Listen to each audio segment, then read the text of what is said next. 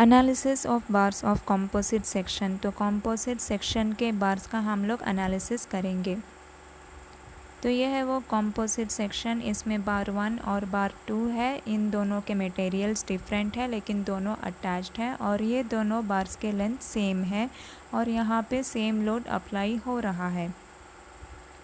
Bars 1 and 2 are of equal length but different material. Sum of loads carried by each different material is equal to total external load on the composite bar.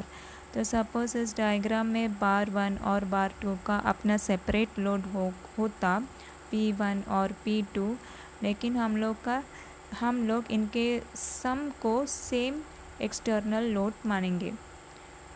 Extension or compression in each bar is equal, therefore deformation per unit length, that means TL divided by L, that is strain E in each bar is equal.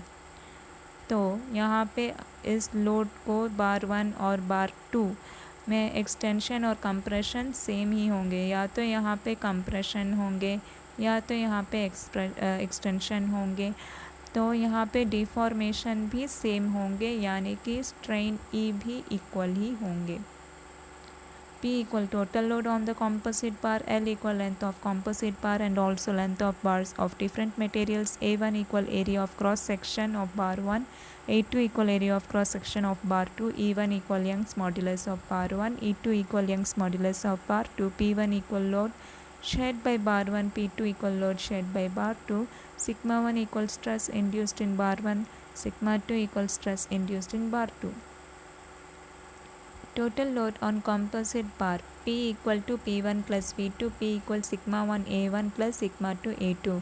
तो ये common term हम जानते हैं कि stress equal to load by area, और क्योंकि ये composite section है तो दोनों बार्स का हम लोग सम को ही टोटल एक्सटर्नल लोड लेंगे। आगे ratio strain in each bar is equal, E1 equal to E2 और E1 equal sigma 1 divided by E1 equal sigma 2 divided by E2। तो स्ट्रेन का मतलब यही है। तो मॉड्यूलस ऑफ इलास्टिसिटी का फॉर्मूला पता है ना, स्ट्रेस डिवाइडेड बाय स्ट्रेन, तो strain equal to sigma by E।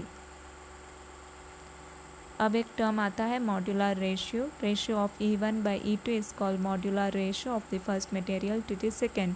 तो जो फर्स्ट मटेरियल आता है डिवाइडेड बाई सेकेंड मटेरियल, उसको हम लोग मॉड्यूलर रेशियो कहते हैं।